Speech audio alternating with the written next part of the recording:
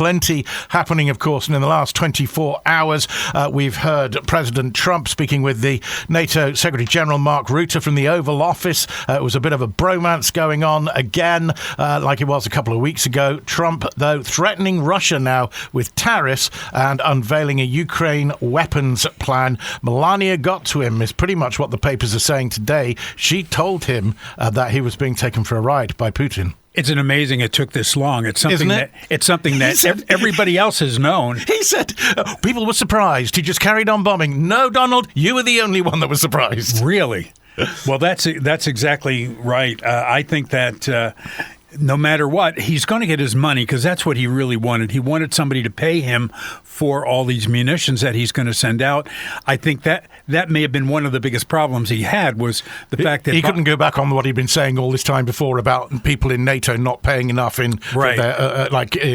He said before it had to be at least 2% of GDP, which was the deal. Now it's gone up to 5%. Mm-hmm. And most actually have agreed that at some point quite soon they'll be getting to that with a mixture of different packages, but certainly spending 5% of GDP. Spain are a little bit behind on that, as we've been hearing, but he has to sort of justify himself to the American taxpayer, which he's done.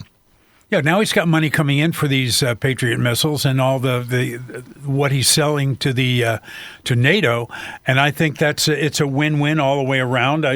Ukraine gets what they want, NATO gets that. Even though, as we know, Ukraine is not part of NATO, I think that this is a very important step.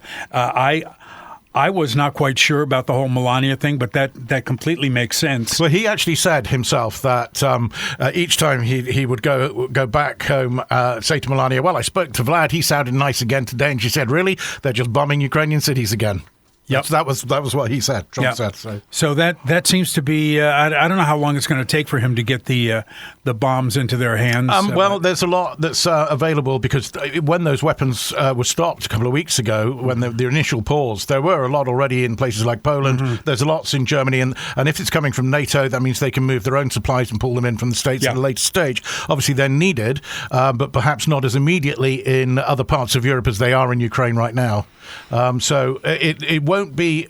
Some of it will be quite quick. There'll be a big delay of the others, obviously, coming in from the States. But it's top of the line weapons. We're talking about Patriots. We're talking about the stuff. That's what he says. Top of the line. And in the headlines a little bit later on today, which took me a little bit by surprise, but the Financial Times have reported that basically Donald Trump is encouraging Ukraine to consider striking deeper into Russia. This is now back on the 4th of July, but the report just coming out today. He asked Ukraine's president, Volodymyr Zelensky, if he could target Moscow if given long-range weapons by the US. And this is quotes from people who have been briefed on the discussions. And the Financial Times reported that Trump wanted Russia to feel the pain and asked Zelensky, can you hit Moscow? Can you hit St. Petersburg too? Zelensky replied, absolutely you can if you give us the weapons. Sounds Boy, like. didn't this completely change? Totally. It's a week ago, 2 weeks ago, when we were when everything was, over the past years, everything has been defensive. And now if they start striking in St. Petersburg and they start striking in Moscow, that completely changes everything. Well, if you think about this as well, that's been one of the red lines that Moscow had laid down as well. The long-range missiles from NATO being used to strike major cities in Russia. But however, if you go back through the 3 years of the invasion, the red lines that have been laid down by Russia have been crossed and crossed again. Mm-hmm. So it's a little bit like Trump sometimes when we see him rowing back or changing his mind. The same things happened on those red lines from Moscow.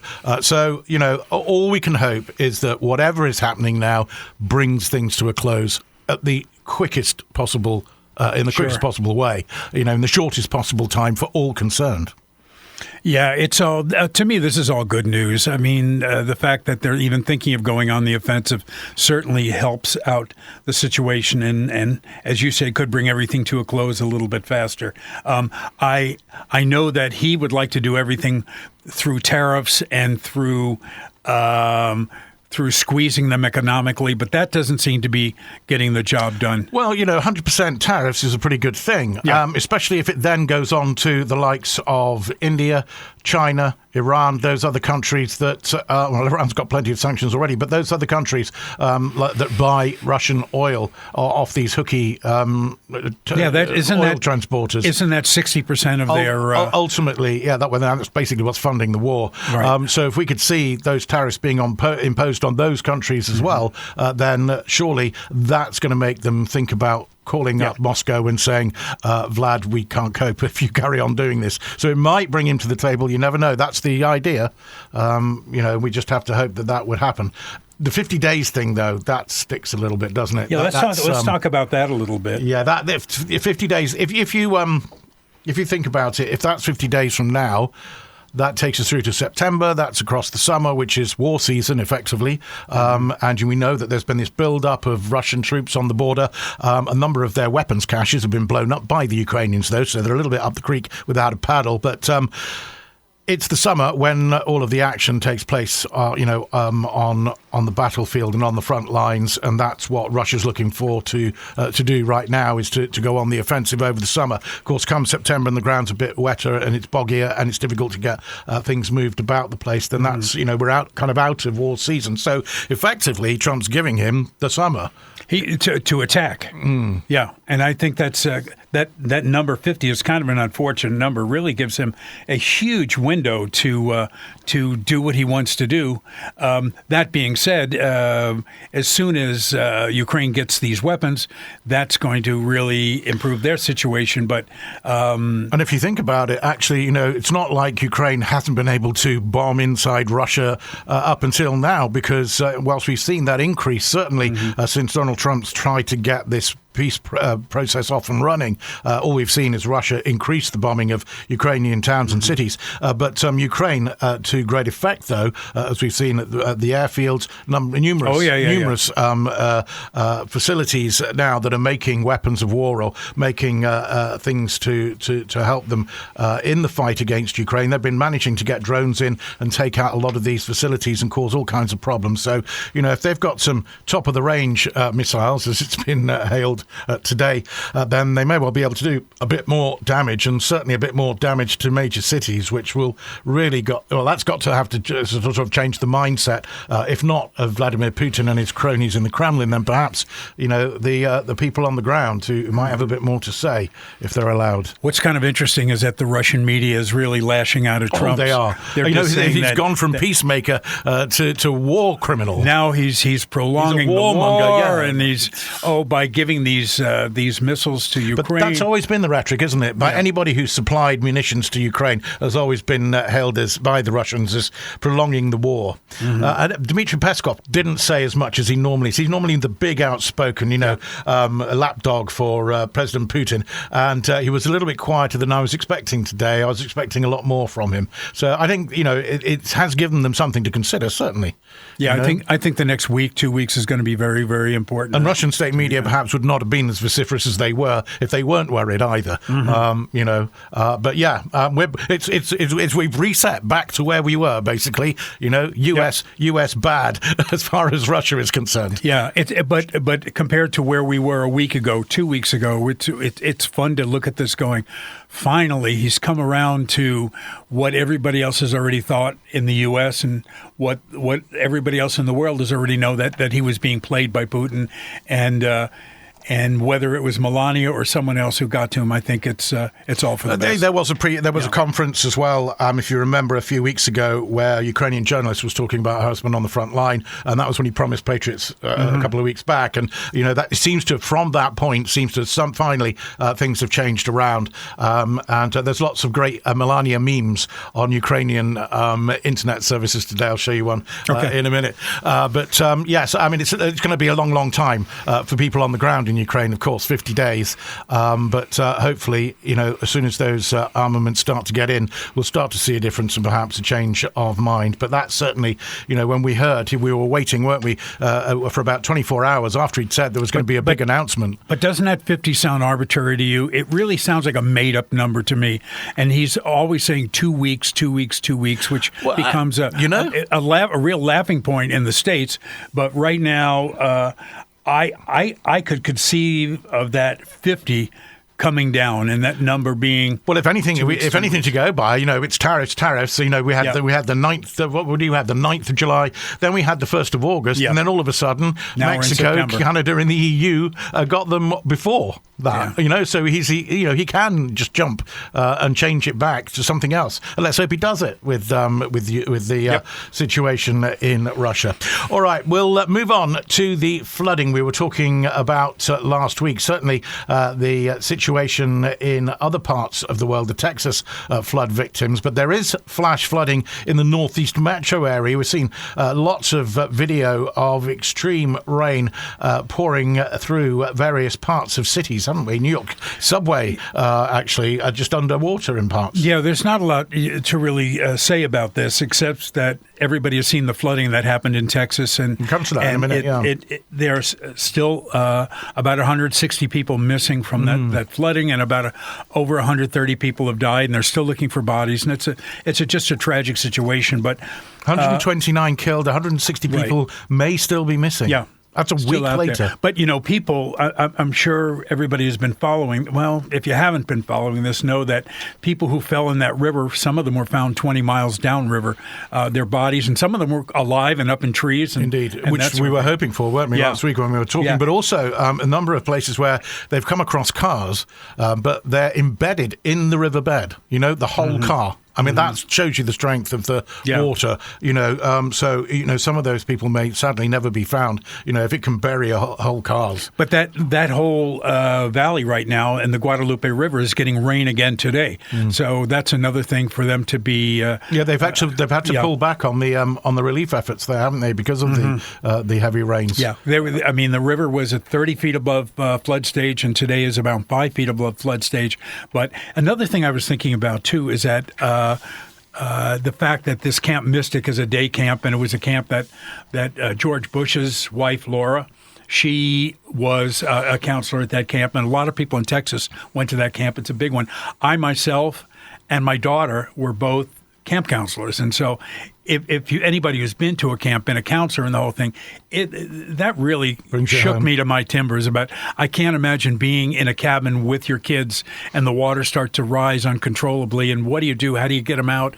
And each counselor's got a dozen kids that they have to take care of, and it's just so scary and tragic that. Well, we know the owner of Camp Mystic lost his life going back in to try and save people, and there's been some criticism about him as well in the media in recent days. But we're not going to concentrate on that today. And today it's the Northeast, it's the New York area, Philadelphia, New Jersey, and that whole corridor down to Washington, D.C. They're getting hit with quite a few inches of rain. 28th Street Station underwater in New York City. What happened was Superstorm Sandy hit about 10 years ago.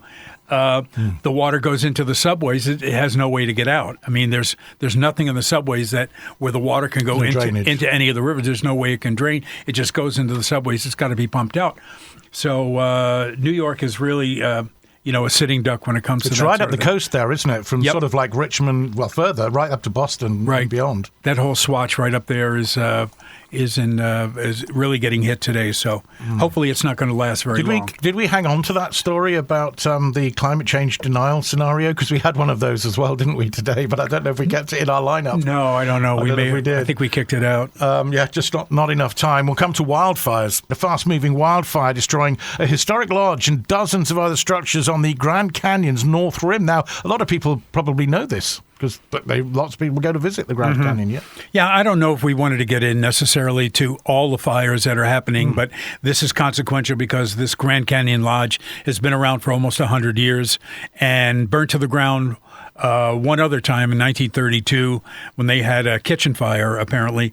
And it's on the north rim of the canyon. Anybody out there who has ever been to the Grand Canyon, it's it's pretty grand. It's pretty gigantic, and you have to. It's like 100 miles all the way around the rim. The north rim is the less viewed, less touristy portion of the canyon, and that'll be closed apparently the rest of the year. But there was a chlorine gas issue as well, wasn't there? Because the treatment plant burned also. That's right. It's very, very, very perilous. But the good news is the South Rim is still going to be open. Anybody who wants to go to the canyon, wants to see how beautiful it is, you should be able to do it. You just will have to see it from the Arizona side, not from the Nevada side. Wouldn't want to go in the bottom of the canyon now, given that chlorine gas is heavier than air. I don't think so. I don't think so. I have never done that. I've never gone to the bottom of the canyon. Really? We went up to the rim and looked outside. Here's the thing about the Grand Canyon that I found to be weird when I only went about 8 or 9 years ago. I liked your first stat, though, because you said it's grand. It is, that one. It is pretty grand. But there is no railing around a lot of the canyon. You can walk right up to the edge. And it's so big. How could you put a railing over it? I understand, but I'm watching all these people with their phones, and they're walking right up to the edge of the canyon. I'm thinking, Lord, are you insane? I don't know. And I guess it's windy, right? It's got to be. It's windy. On top of that, it's gravel, and it would be really easy to fall into the canyon.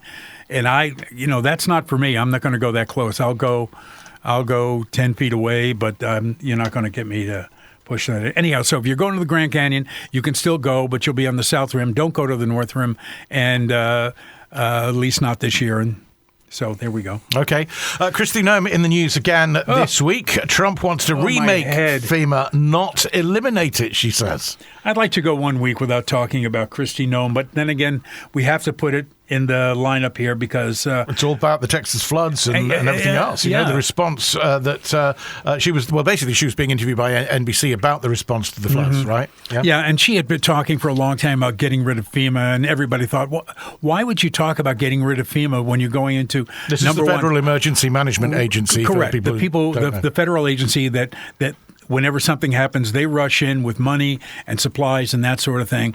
And it turns out that the guy who runs FEMA has no experience in emergency management, and so that's a really bad thing. When did he get the job, and who gave it to him? Well, I wonder what his name is. But. They gave somebody who's unqualified the job, and this person has got to handle the fires, the hurricanes, everything, the floods. They're in flood and hurricane season now, and they cut back on FEMA. And what we are hearing is that, we know that hundreds of people have died in the flood, but they had 2,000 resignations and retirements since Trump's inauguration, and what happened was a lot of the times the phones would ring. Nobody would answer the phones. Nobody was manning these stations. So it's a very, very bad situation at this time. And she's taking a lot of heat, and she should be taking a lot of heat for it. It was all part of this Doge situation. But she's following the plan as laid down by the commander-in-chief. I understand, but she also is someone who is in charge and should have, well... And it is Trump that keeps on. He's the one that keeps threatening to disband it. He's the one that makes the cuts. You're right. Yeah. You're absolutely right. But you think about when you work in a company, any company, and your boss gives you a dictate that is kind of silly, and you go, boss, I wouldn't do that if I were you. If I were going to do it anyhow, and so sometimes you're for. In this case, she was forced. He was asked about it again this week, but he said we'll talk about it later. Didn't he? Didn't really want to know. And Caroline Leavitt, who's very good at batting people away because that's her job, said that the federal government's response to natural disasters was a policy decision that will continue. And she also said we're getting everything done that we need to get done, and everybody that needs to be helped is being helped right now, which is total BS. Contrary to popular understanding, of course. Yep. All right. Also, then, what about Mr. Trump's job approval rating? It's more than 100 days now, of course. How's he doing for, presidents at this particular point in their presidency? Well, right now, this is the latest Gallup poll, which is a pretty mainline poll. Everybody knows Gallup's been around for a long time, but the latest June poll showed that 79% of people in general, not Republican and Democrat and independents, all kind of thrown into the same pot, 79% see that immigration is a good thing. and only 17% say it's a bad thing. But he was voted in on this pretty much, He was. And it looks like people are having second thoughts about all that. And I don't know whether it's the fact that the cost of food is going up because the people who pick the food are being hunted down like animals. Which we'll come to. Yeah, which is another thing we're going to come to. But, 91% of Democrats believe that immigration is a good thing. So it seems that more Americans right now are in favor of offering undocumented immigrants a pathway to citizenship. It is 78% now. It was 70% a year ago. Fewer are supporting the sorts of measures that they're employing right now, which was going into the fields with ICE and hunting these people down and taking them off and deporting them. It seems like, to me, that this was something which seemed like a good idea at the time, but clearly was an overreaction. To all the people that were coming in across the border. A lot of it led in by Biden. I mean, he had that open border policy. A lot of those people came in. Trump says, I'm going to tighten up the borders. He did. And what happened was a lot of really good people who are, frankly, good Americans, tax-paying Americans, are being hunted down and deported. And that's really kind of upsetting the whole fabric of the country right now. And it seemed like people didn't have the foresight that time to go, hey, wait a minute, if we do this, then this will happen to these people, these taxpayers, by the way, which, by the way, affects your tax base. If you start taking Americans who are paying taxes, kicking them out of the country. I call them Americans, even though they are undocumented. I realize that, but people who are living in America, let me put it that way. Including South America, which is where a lot of them come from. Right. Okay. So his approval rating of 45%, that sounds good to me. It's low. Is it? It is a low number. Most presidents around this time, the recent presidents, have had numbers higher than that, 48, 50, 52%, somewhere around there. This is a very low number. And the thing he needs to be concerned about is this number seems to be dropping. We'll see what happens if he is able to do something in Ukraine.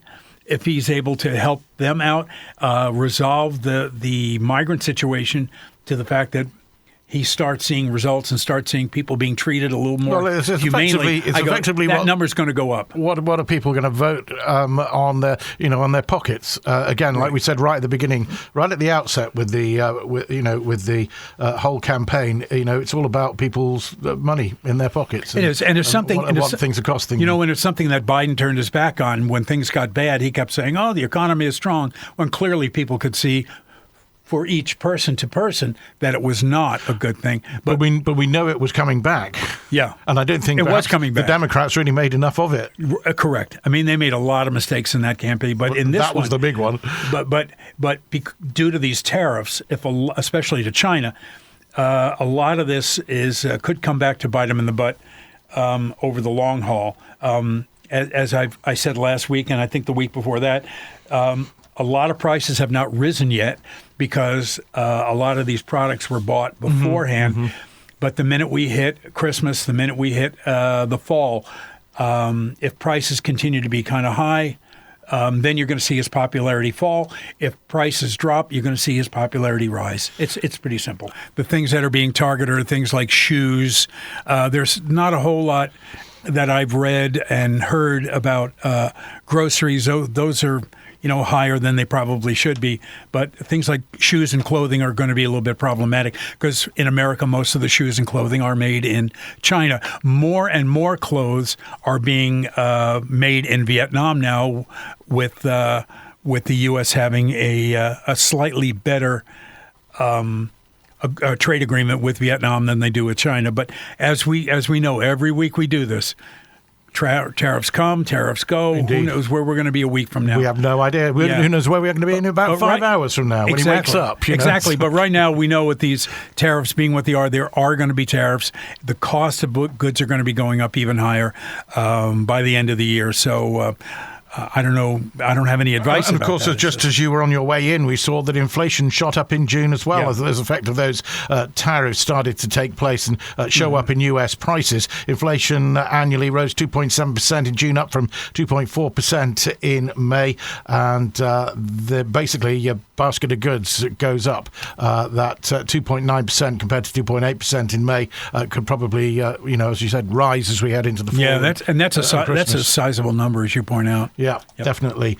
All right. Also, probably one of the biggest stories around in the States at the moment, that's certainly considering what people are talking about in the United States, is the U.S. President Donald Trump defending Pam Bondi, America's highest-ranking prosecutor. This is all about calls for her to resign over the withholding, allegedly, of information about the death of sex offender Jeffrey Epstein and his so-called client list, which did exist, but now apparently doesn't exist. Well, it is the story that every news outlet in the state seemed to be focused on, and a lot of it is over the fact that Pam Bondi said that there was a list, it was on her desk, and she was about to review it. We talked about it. That's right. And now what happens is Trump is saying, why are we even talking about this? There is no list, and gave her nothing. She's sitting out there holding an unloaded gun in her hand, so to speak. She doesn't have anything.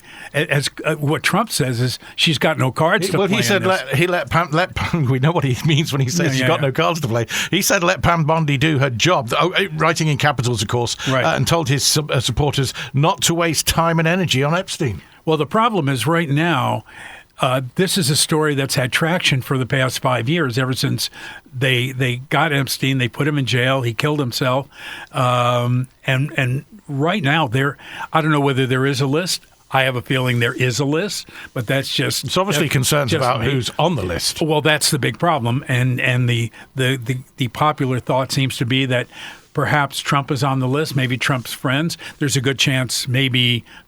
It was discussed that maybe Bill Clinton's on that list. Nobody really knows at all, but everybody is sure that Epstein was a real slimeball.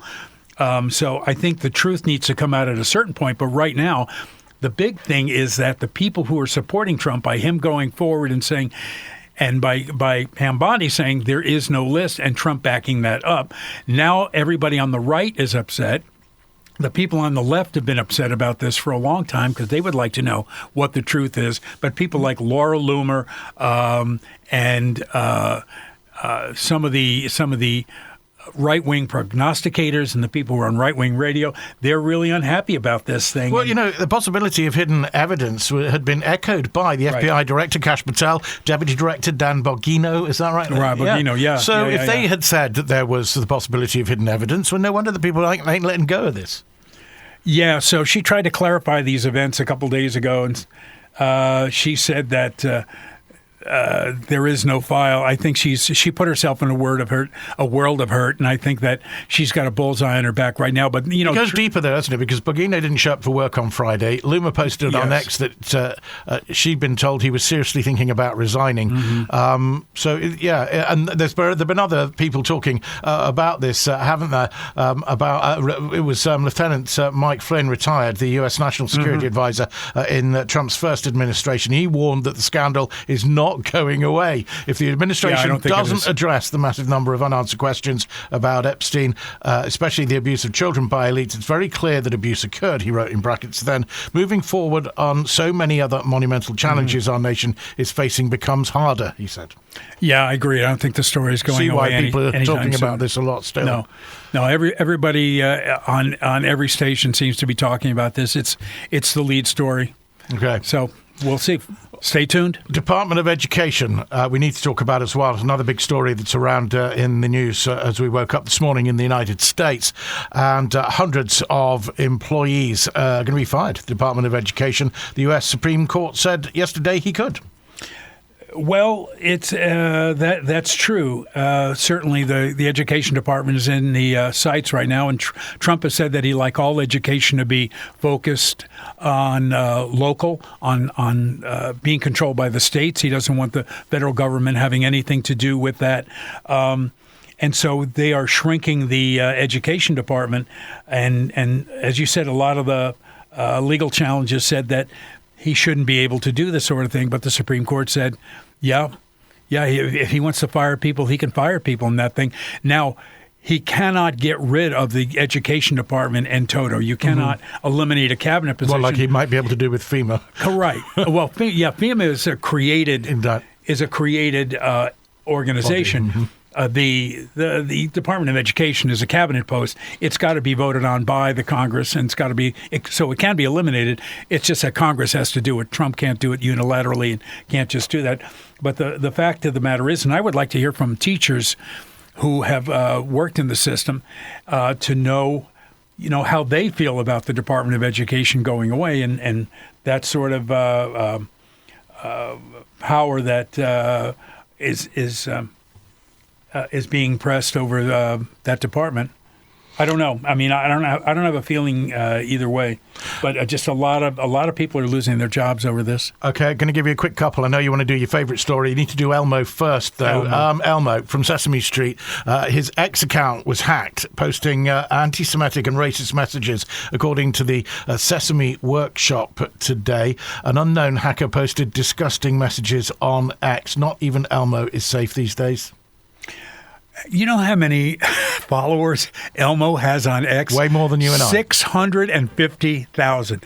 650,000 people are following Elmo on X. I think that's amazing.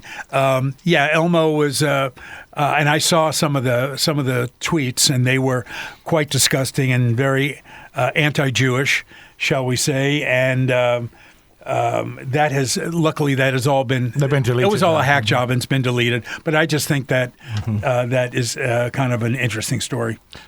This is the one that you liked. I've got the audio. Here we go. I know that you've had their trophy on your desk. Now it's at the Trump Tower. What do you think they're doing for the sport in America? Oh, they're doing fantastically well. It's a growing sport. It's a great sport. That's right. They said, could you hold this trophy for a little while? We put it in the Oval Office, and then I said, when are you going to pick up the trophy? He says, we're never going to pick it up. You can have it forever in the Oval Office. We're making a new one. And they actually made a new one.